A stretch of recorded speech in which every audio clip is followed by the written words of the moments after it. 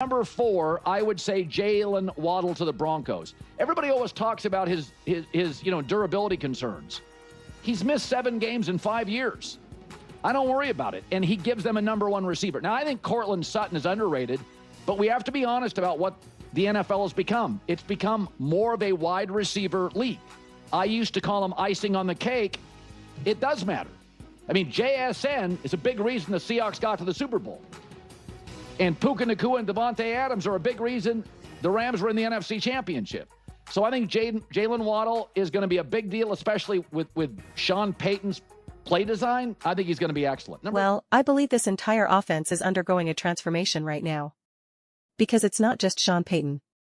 Obviously, Sean Payton is still going to be very involved with the offense, but bringing in a new offensive coordinator to handle play calling, adding Jaylen Waddle, and having Bo Nix in his 3rd year, the Broncos have so much potential, and it's incredibly exciting. I want to dive deeper into this because we've been talking a lot about the Rams and some of those other situations, and I want to unpack this further. But before I do, please, Denver Broncos fans, do not forget to subscribe and watch the full length of the video. When you do that, view counts go through the roof, subscribers go through the roof. And it's not about chasing views or chasing subscribers. It's about being able to create Denver Broncos content that people genuinely want to watch and discuss, so we can keep having the most unbiased, grounded, honest conversations about this team. It really makes a huge difference, and I'd really appreciate it. So, I made a video a couple of days ago talking about the Rams, and I discussed how I look at the offseason. I see different degrees of moves that teams can make depending on where they currently stand. The way I like to frame it is this: let's say you need to reach 100 on a scale of 0 to 100 to build a team capable of winning a Super Bowl. Every team starts at a different point. So you could have a team that's really bad, sitting at 20, and they make massive moves, clearly the best offseason of anyone, but that only brings them up to, say, 70. Meanwhile, another team might have a fairly basic offseason with nothing flashy, but they're already at 90, so they only need another 10 points to hit 100. I used the Rams and the Raiders as reference points at 2 different ends of that spectrum, because I absolutely positively love what the Raiders have done. Sorry, Broncos fans. They've taken big strides to significantly improve their team. But of course, the Broncos have much less room to go. Then you have a team like the Rams, who were already right there. If they were at 90, it seems like they made enough moves to put themselves at 150. And I'd say the Broncos are in similar territory. But whether they're at 100 or like 150 will come down to Bo Nix more than anything else. And not just Bo Nix, obviously, we know the quarterback situation. But I'm expecting a 3rd-year leap. I'm expecting Bo Nix to become a more complete, higher quality, consistent quarterback. That's clearly the expectation. But also, bringing in Jaylen Waddle, a new play caller, and a mature, experienced quarterback, I'm expecting all of this to have a complementary effect on each other. I just made a Victor Wembanyama video on the basketball channel, JWL Hoops, and I talked about how, because of Wembanyama, and especially because of how basketball is played, everything is so synergistic. If you can't dribble, if you don't have good hand, that completely changes how defenses cover you.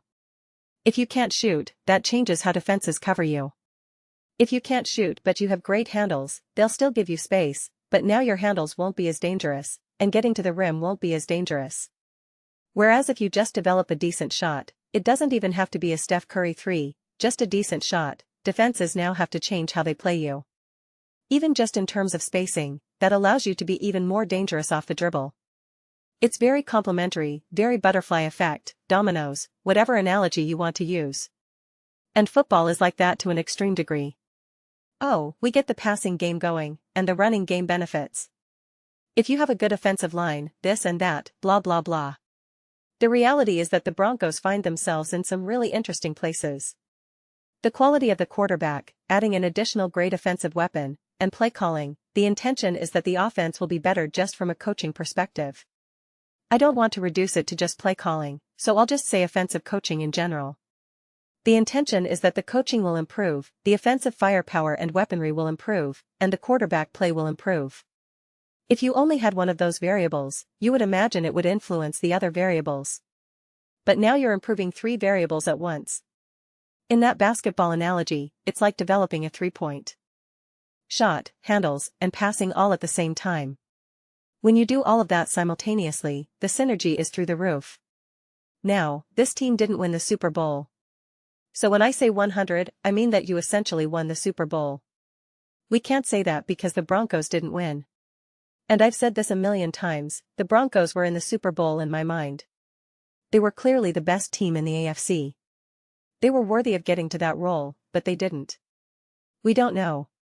So I won't play that game, especially because it's a made-up scale. But it's interesting to me.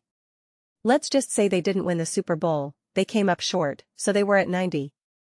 Just by virtue of Bo Nix actually improving and becoming an even better quarterback, that alone is enough to get you to 100.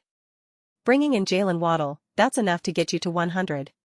Having an improvement in coaching, that's enough to get you to 100. But now you've done all three of those things. They're not as big and grandiose as we got Myles Garrett or we got this player or that player.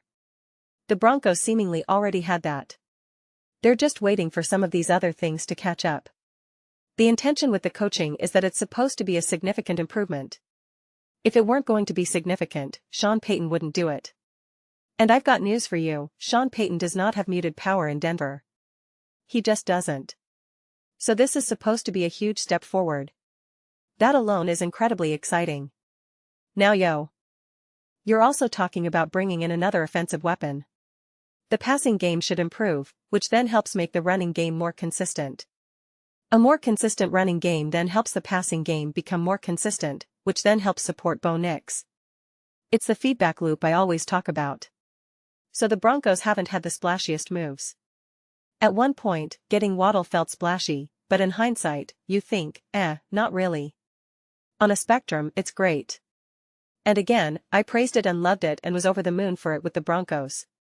But when you look at some of the other things that have happened, you're like, alright. But again, I think probably fourth is a fair enough spot. I'm not interested in trying to rank the splashiest or fanciest moves. Think about the conversations people are having about the Rams or even now the Patriots with A.J. Brown. They are overflowing with excitement and belief in the sheer production and quality that's going to change for those teams, for those quarterbacks. You don't really have that momentum with Denver, which is so fascinating to me. What makes some of that stuff so exciting to talk about? The Rams, they were in the NFC Championship game. They were right there. The Patriots, they were in the Super Bowl. They're right there.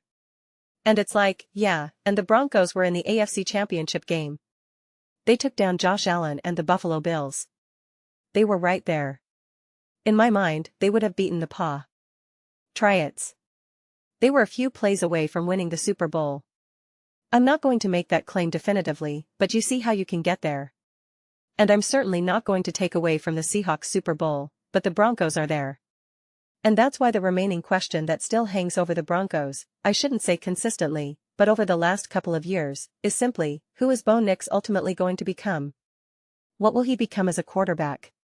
Again, that's not 100% questioning whether he can be the franchise guy.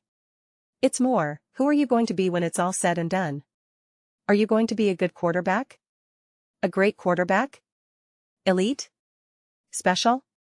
Are you going to be the quarterback who comes back from this injury and immediately leads the Broncos back to the AFC Championship game and balls out and says, see, this is what happens when I'm here? It's different when it's a backup behind center? Do you immediately get to answer that question?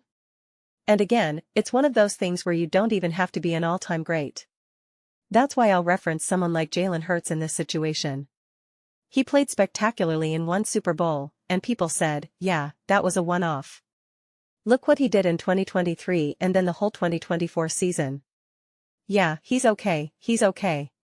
But when push came to shove, when it was time for him to perform in the conference championship game and the Super Bowl, he did.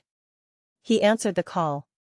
You can say what you want, he's not an all-time great. He's not a top quarterback. It's irrelevant. It's really irrelevant, because when the Eagles needed him most, he rose to the occasion and ultimately led them to a Super Bowl win. But there are other quarterbacks with the same kinds of questions you'd have about Jalen Hurts, and they don't do that. They don't rise to the occasion. So again, it's about who you're ultimately going to be. I can say we believe in Bo Nix, and I do believe in Bo Nix, but there's a difference between believing it and actually knowing it, actually doing it, actually seeing it. That's why this year, it's just, who are you? Who are you as a quarterback? Are you the type who's really good, can absolutely win you some games, and in the playoffs definitely gives you a chance? Or are you the type where it's a little bit up and down?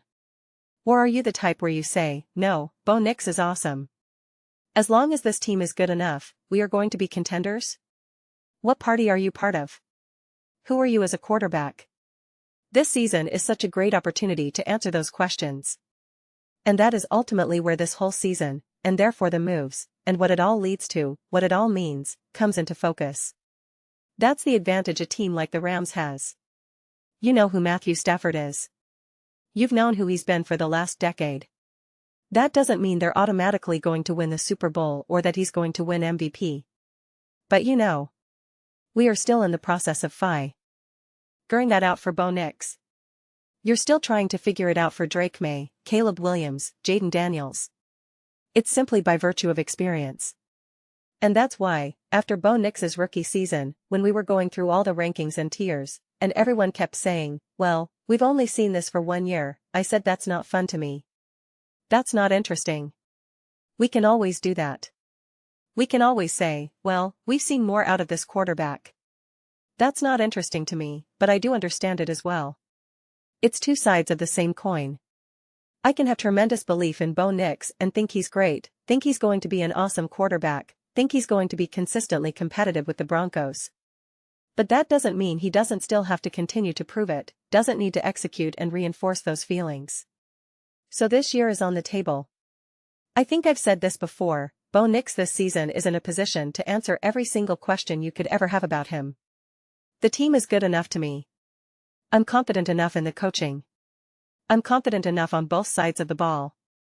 So the question becomes, how much of a force multiplier is Bo Nix in year 3, the 2026 to 2027 season? Who are you? Let's go, baby. Let's go. But those are just my thoughts. I'd absolutely love to hear yours. What do you all think about the Denver Broncos and Bo Nix? How do you feel about these moves? It is kind of interesting because part of these moves, again, you rebanking on existing players to take a leap, specifically Bo Nix. We know Sean Payton is there, but then there's a new play caller. So it's a little trickier to evaluate than just saying, we got Myles Garrett or we traded for A.J. Brown. It's a slightly different kind of analysis. So let me know your thoughts. I read every single comment, whether you agree with me or disagree. Either way, let's get into some discussions. Let's get into some debates. But ultimately, let's just have some fun. And please do consider subscribing. We're building an amazing community here, and I absolutely love to see you be part of it. I want to build something that we all genuinely feel connected to. Something that we're really excited to be part of. I think we're well on our way to doing it. Please don't forget to give this video a thumbs up, it really does help with visibility and the algorithm. Thank you so much. See you next time.